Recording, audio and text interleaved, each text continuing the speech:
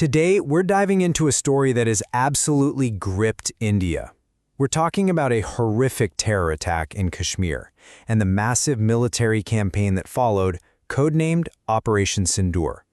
Let's connect the dots, from the attack itself to the political fallout. So, let's set the scene. It all started on April 22nd. The place? Baysaran Meadow near Pahalgam. This is a beautiful, serene, picturesque spot, a place for tourists. But it became the backdrop for a truly brutal attack that would spark a massive national response. 26. That's the number you need to remember. 26 innocent lives lost. And these weren't soldiers or officials. They were mostly tourists, families, people whose trips to see the beauty of Kashmir were cut short by an act of just calculated, cold-blooded violence. Okay, so first, let's really unpack the details of what happened in Pahalgam. Because this wasn't just a random act of violence. It was designed to be deliberately cruel. But here's what's so incredibly disturbing about the method.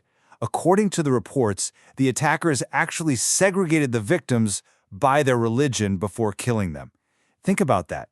This wasn't just violence. It was a calculated move with a very clear, very sinister goal: to light a fire of communal hatred and tear at the very social fabric of the country. So who was behind this? Well, a group calling itself the Resistance Front, or TRF, quickly claimed responsibility.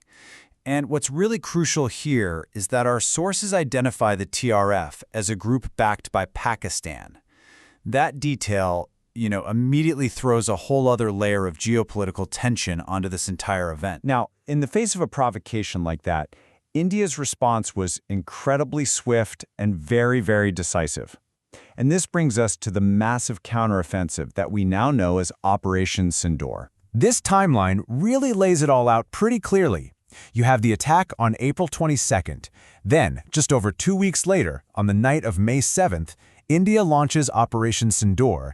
And now, today, the fallout from that operation is at the very center of the debate happening in Parliament. And this response wasn't just some simple ground assault. No, it was this massive, coordinated tri-service operation. Here's kind of how it broke down. You had the Air Force carrying out precision strikes on terror infrastructure, even hitting targets deep inside Pakistan and Pak. At the same time, the Army was using long-range artillery to hammer terrorist positions. And then you have the Navy and the Border Security Force moving to seal off any and all infiltration routes by sea and by land. The main thing to get here is that this was a multi-front, totally synchronized military campaign. Of course, an operation this huge, it doesn't just stay on the battlefield for long, right? It quickly becomes a major political issue, and that leads us straight to the aftermath and these intense debates happening right now in the halls of power. Now, inside this huge response, a more focused, sort of surgical mission was launched. It was codenamed Operation Mahadev. And this one had a very, very specific goal: to hunt down the actual individuals who carried out the Pahalgam attack. And, according to Home Minister Amit Shah's statement in Parliament, Operation Mahadev was a success. The 3 terrorists who were identified as the ones who committed the massacre, Silman Shah, Hamza Afghani, and Jibrin, were all neutralized. For the government, this was a clear-cut victory. It was about delivering justice for those 26 victims. As you can probably guess, the political reaction was split right down the middle. On one hand, you have the government, who framed Operation Sindoor as a resounding success that hit all its targets. But on the other hand, the opposition started pushing back, raising some tough questions about transparency and the overall strategy behind the operation. And that debate is pretty much defining what's happening in Parliament right now. This quote from Prime Minister Narendra Modi really spells out the government's official position perfectly.